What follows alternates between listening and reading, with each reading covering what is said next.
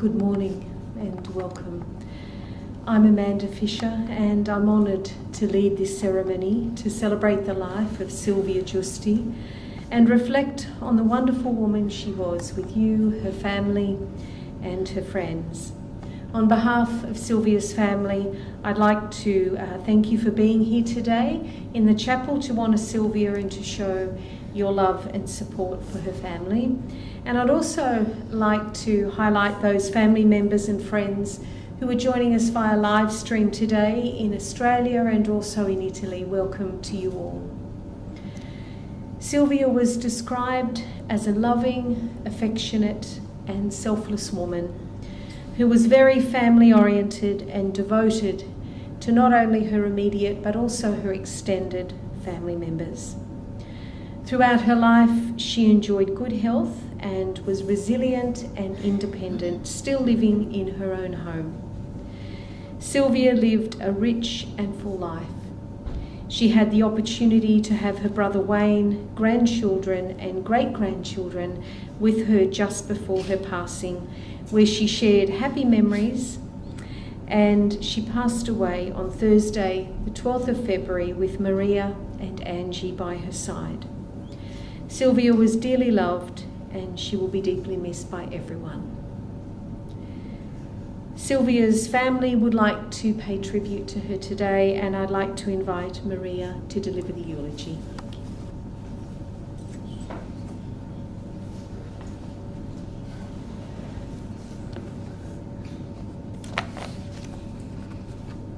Good morning, and thank you all for being here today as we honour and celebrate the life of Sylvia, also known to us as Mum, Nana, Auntie and Mrs. Giusti. Mum was so much more than a mother. She was a hard worker, strong-willed and above all a loving carer. Mum was born on the 18th of May 1934 in a small New South Wales country town of Dunedoo. She was the third child and daughter of the late Aubrey and Lily Eileen Adlard. Mum eventually shared the household with 5 more siblings, totalling 8 children: Aileen, Morna, Lindsay, Kay, Morris, Wayne and Brian. Their lives were difficult due to the Depression and war, yet they all worked together to make the best of what they had. These values instilled by my beloved grandfather, which Mum carried throughout her whole life. Growing up at times was awkward for Mum, as she could not understand why she was the odd one out. She was constantly teased by her sister Morna for being different. Mum was shy country bumpkin who stayed at home even though she yearned for adventures like her sister. Later in life she had the privilege of meeting her Uncle Leonard, her dad's brother, and all made sense. She was the only one that shared his genetic coding of short stature and well-rounded, just like me. The family moved several times, making their way down to Sydney. Their first home was in Junction Street, Forest Lodge. Mum started working as a laundress, as well as caring for the family as her mum was becoming seriously ill.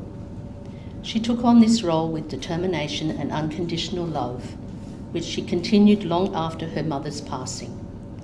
Mum was then 21 years old and caring for her father and brothers aged 12, 9 and 8.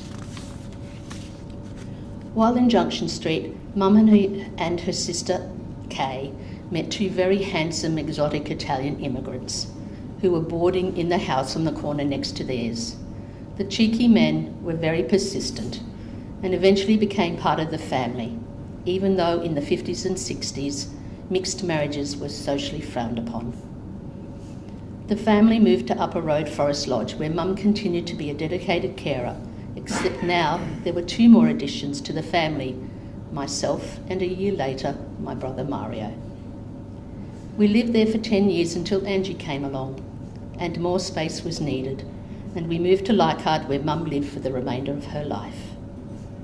Dad was away working interstate during our younger years.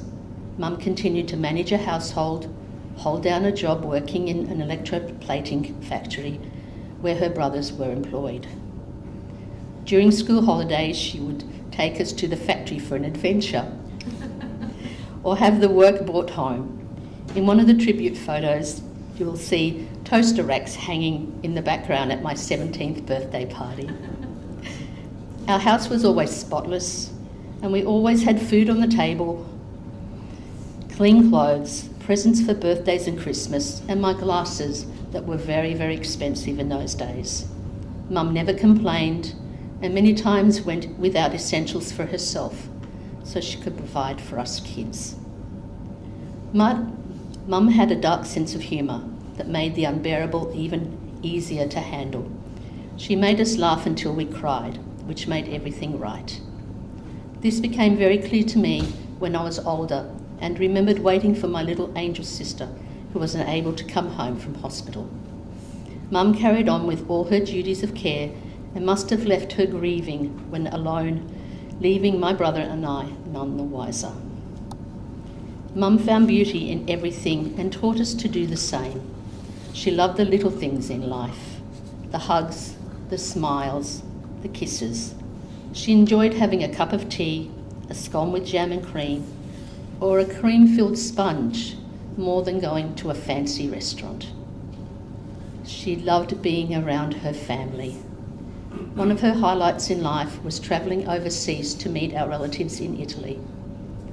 Instantly, she had a special bond with her sister-in-law Maria Pia, who I was named after, who Mum considered her soul sister. Mum was privileged to have 3 children, 9 grandchildren, Melissa, Lauren, James, Cassandra, Scott, Sean, Morris, Tamara and Isla, and 5 great-grandchildren, Tayshan, Marcus, Elijah, Evangeline and Wolf. These are her legacy and her memory of unconditional love, laughter and determined strength.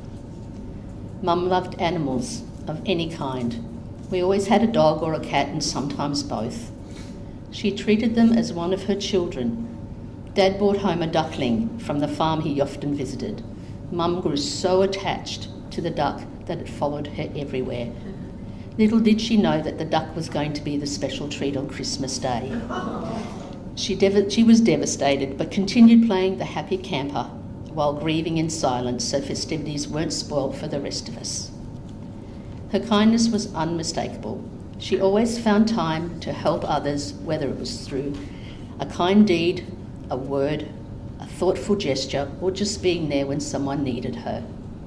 She made those she feel loved and valued and cherished, and she had a way of making every moment special, no matter how small. Today we grieve the loss of her physical presence, but I know that she will always be with us. She lives on the lessons she taught us, values she instilled in us, and the love she shared with us. Now I'd like to share with you a poem by an unknown author. It's called I Heard Your Voice in the Wind Today. I heard your voice in the wind today, and I turned to see your face. The warmth of the wind caressed me, and I stood silently in place. I felt your touch in the sun today, and its warmth filled the sky. I closed my eyes for your embrace, and my spirits soared high. I saw your eyes in the window pane as I watched the falling rain. It seemed as each raindrop fell, it quietly said your name. I held you close in my heart today. It made me feel complete. You may have died, but you are not gone. You will always be a part of me. As long as the sun shines, the wind blows, and the rain falls, you will live on inside for me forever, for that is what my heart knows. Thank you.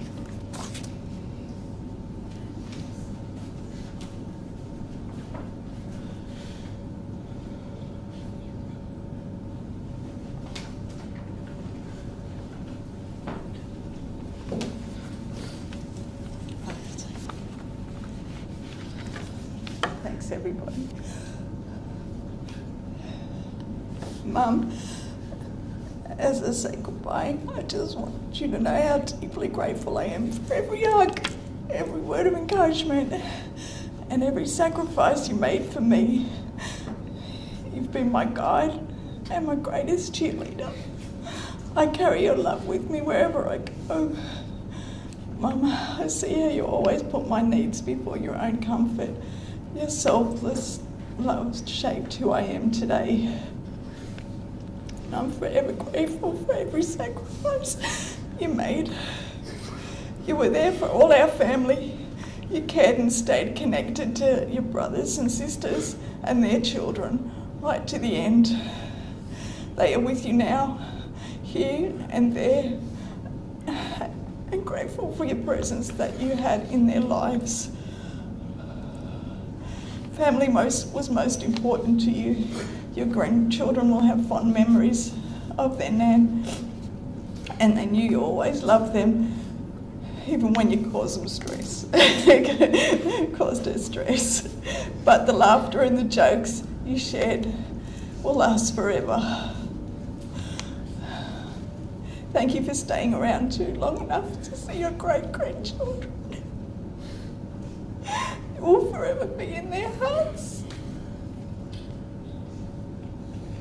Looking through old photos, I see the same love in your eyes holding me as I see when you hold them. Some things never change, and I'm grateful. Your love, we are forever love. There was always room in your heart for an animal, as Maria said, especially one that needed a new home.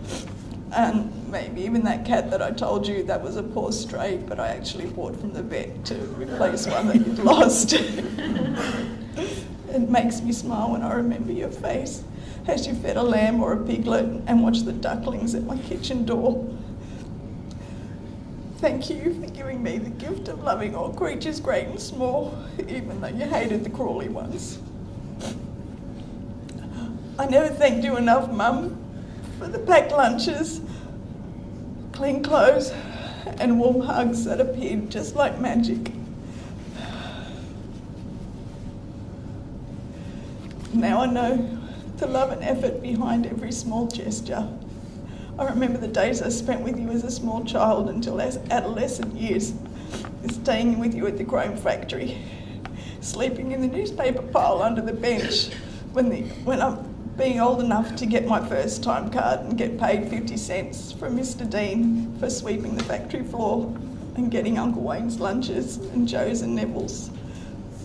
Now, I've been told I never have a problem falling asleep, and I hold a really good work ethic.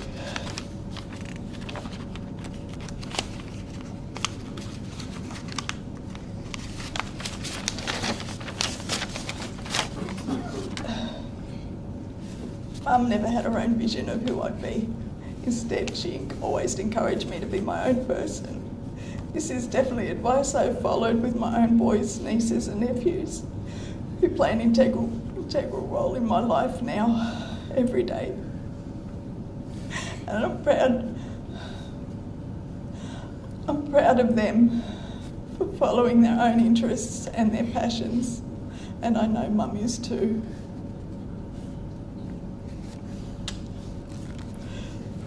Thank you for all the times you stayed up late worrying about me, worked extra hours to afford my dreams, and smiled through your own exhaustion just to make my day brighter. Your quiet strength carried our family through everything. Thank you for being the steady heartbeat that kept us all going, even when you felt like giving up yourself. Watching you handle challenges with determination taught me that I can overcome anything that life throws my way.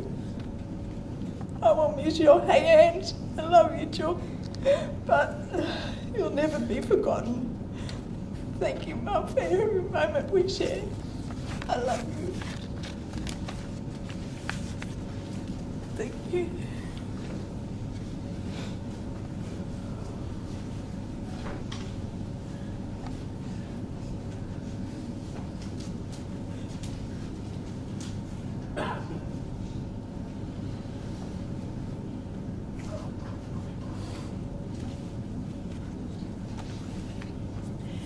Thank you, Maria, and also Angie.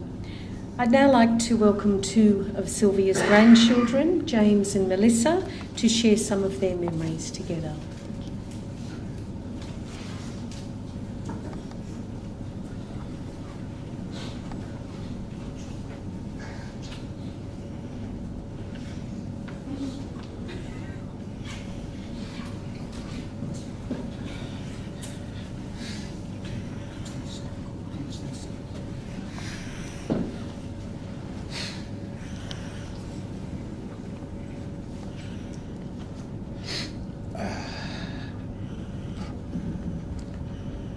Firstly, I'd just like to thank everyone for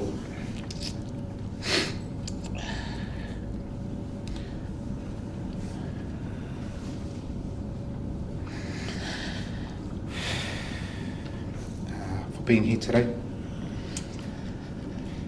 It's never easy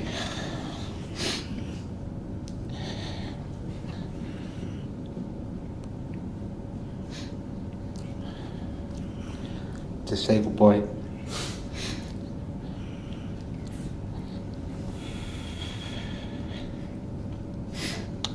to someone that played a big part in your life.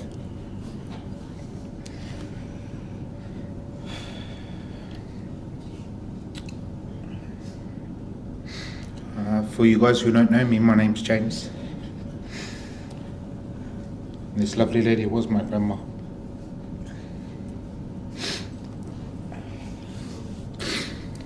I had the privilege of spending a lot of my childhood with my dad, my sister, at 25 Carlo Street, Leichhardt. I often say that place isn't just an address, it's a home.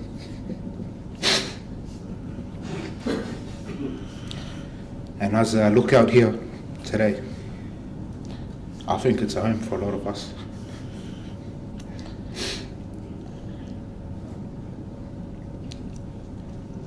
And then I just want to say thank you for everything that you did for not only me but for my dad.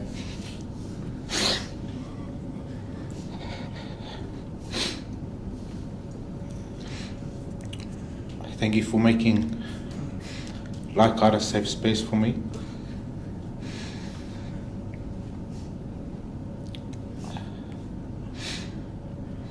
And also thank you for the love that you showed not only myself but majority of us, or if not everyone that's here today, and also those who have chimed in. There'll be a few things that I'll miss then, quite a few actually, but mostly I'll miss your spaghetti sauce. I don't think there's going to be another person that will be able to make the sauce you make. Unfortunately, I didn't take the ingredients down, and Auntie Angie puts too much carrots in hers, but I guess that will have to do. It is hard being here today to say goodbye without my dad, but I'm glad that you guys are together now.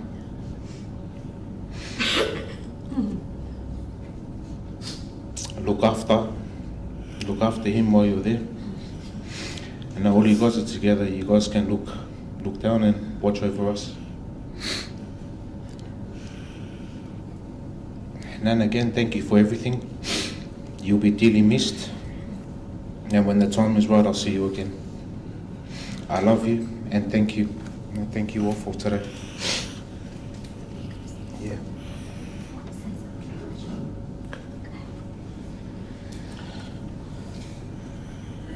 Thank you all. So many of you have travelled long distances to be with us, and our family who are joining on the live stream as well. Many of you know me as Missy, and many faces we haven't seen for a long time. So these times to celebrate the life of somebody brings people together and encourages us to share our memories. As an adult, I'd often pop over to Nan and we'd spend hours just shooting the breeze, and we're like a couple of newsroom editors building the Missy and Nan Gazette. And what I learnt over that time is a really deep appreciation for the woman that she was and the challenging circumstances that she overcame. And we'd trade stories of what was happening around the family. Every now and then I'd get lucky and Uncle Brian would call, so I'd have a chat. I'd quite often miss Angelo, and he'd just called earlier that day or the day before. But she was one person, I think, who gave me that sense of staying connected to absolutely everybody. Thanks, Nan, for giving me such a full and beautiful body of memories to build our newspaper, even on your deathbed. Auntie Angie talks about the animals. She peppered quite a few news stories in there, and there's this cat, Soxy, who apparently everybody knows, but I have no clue who Soxy is. So thank you for giving me some new stories to go and investigate, and a lifetime's worth of beautiful memories. Our dad, so we are the children of Lana and Mario. She absolutely adored our dad, and he adored her. And in her final days, she called and called and called out to him. And in his final days, he also did the same. And he waited and waited on his deathbed until she came. And it wasn't until she arrived and held his hand that he let go. And he loved her so much, and she also him. So I'm glad you're back together again. Have fun. Make a good house for us. We'll see you there eventually. Thank you all for being with us. So there's just one more thing that I do want to say. Auntie Maria touched on it before, Nan. There's one thing that I hear a lot of tears. So you always said that I was the joker. There's only one thing that I'm not happy about, and it's the height and the body shape that you gave me. So thank you for that.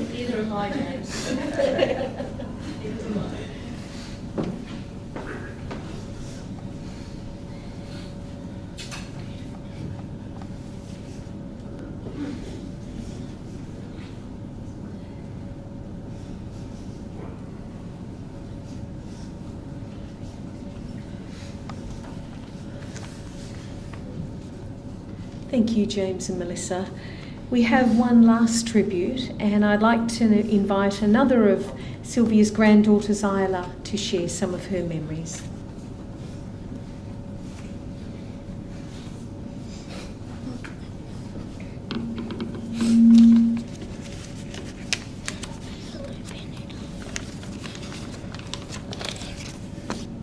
Hi, Nana. We love you so much, and we're so sad that you've passed. You've been the greatest Nana in the world. I will miss going to your house and eating your delicious lasagna for dinner and cornflakes for breakfast. I'll miss eating KFC with you when we visited you. You cook the best lasagna, and no one else's lasagna will be better than yours. You always made me smile, even when we last visited you in the hospital. We miss you so much. We hope you have a great time in heaven. We're glad that you won't be lonely, because you'll be in heaven with Nana and Dad, and no more pain anymore. I know you told me not to cry, but this time my heart held it in. We love you so much. Until we meet again.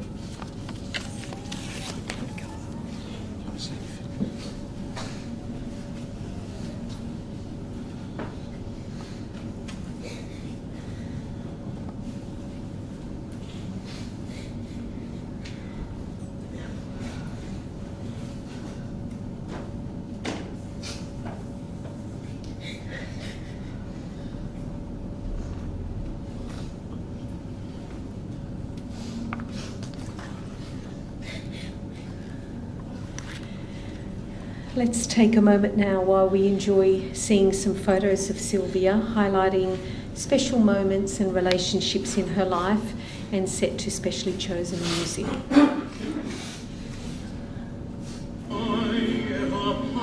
The pipes are calling from glen to glen and down the mountainside.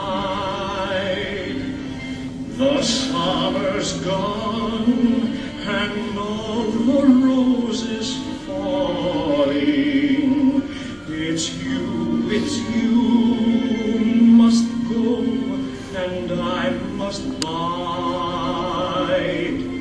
But come ye back when summer's in the meadow, or when the valley's hushed and white with snow. It's I'll be here in sunshine or in shadow. Oh, Danny boy, I love you so.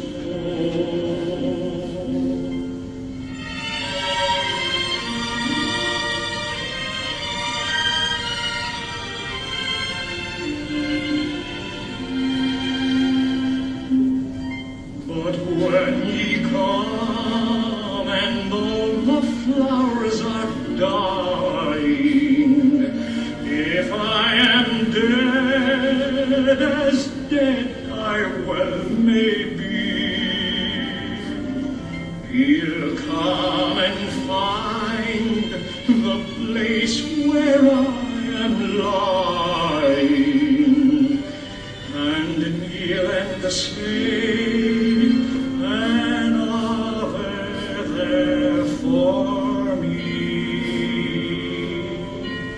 and I shall hear, though soft, you tread above me, and all my grave will warmer, sweeter be. For you'll bend and tell me that you love me, and I shall sleep in peace until you come to me.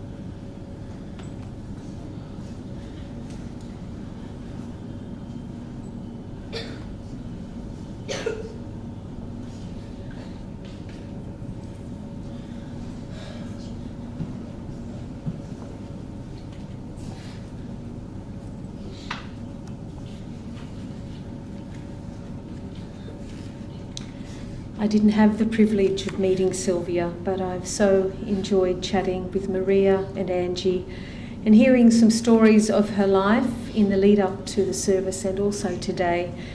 And of course, what a wonderful woman she was. Above everything, as we've heard today, Sylvia valued you. She valued her relationships, and she was a central and much loved figure in your lives. As was said earlier, it's very hard to say goodbye to someone who's always been there, and today is a very sad day, clearly for you as her family. But as the days go by, somehow you will find your way to move forward, carrying Sylvia's memory with you. She'll live on in your hearts and in your everyday, as the poem read by Maria beautifully says, and she'll remain an important and lasting part of your lives. We lovingly commit Sylvia's body to the place prepared for it, that ashes may return to ashes and dust to dust, and that her imperishable spirit be forever at peace. As the closing song plays, please feel free to remain seated in quiet reflection, or if you'd like to, you're very welcome to come forward and take a few moments to say your last goodbye before we leave the chapel together.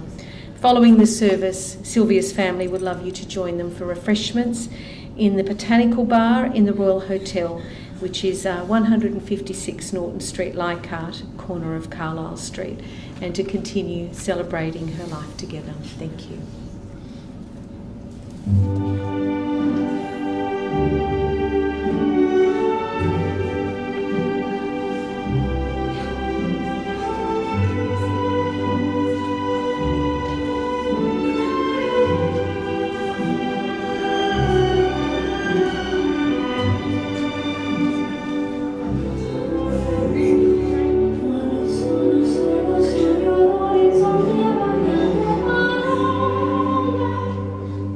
So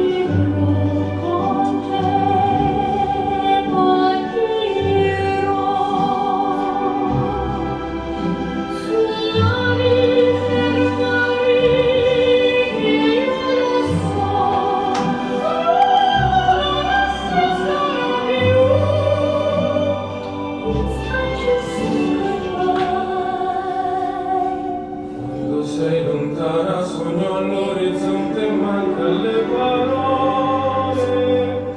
Io sì lo so che sei con me, mia luna, tu segui con me. Dio sole, tu segui con me, con me, con me, con me. Time to say goodbye. Paesi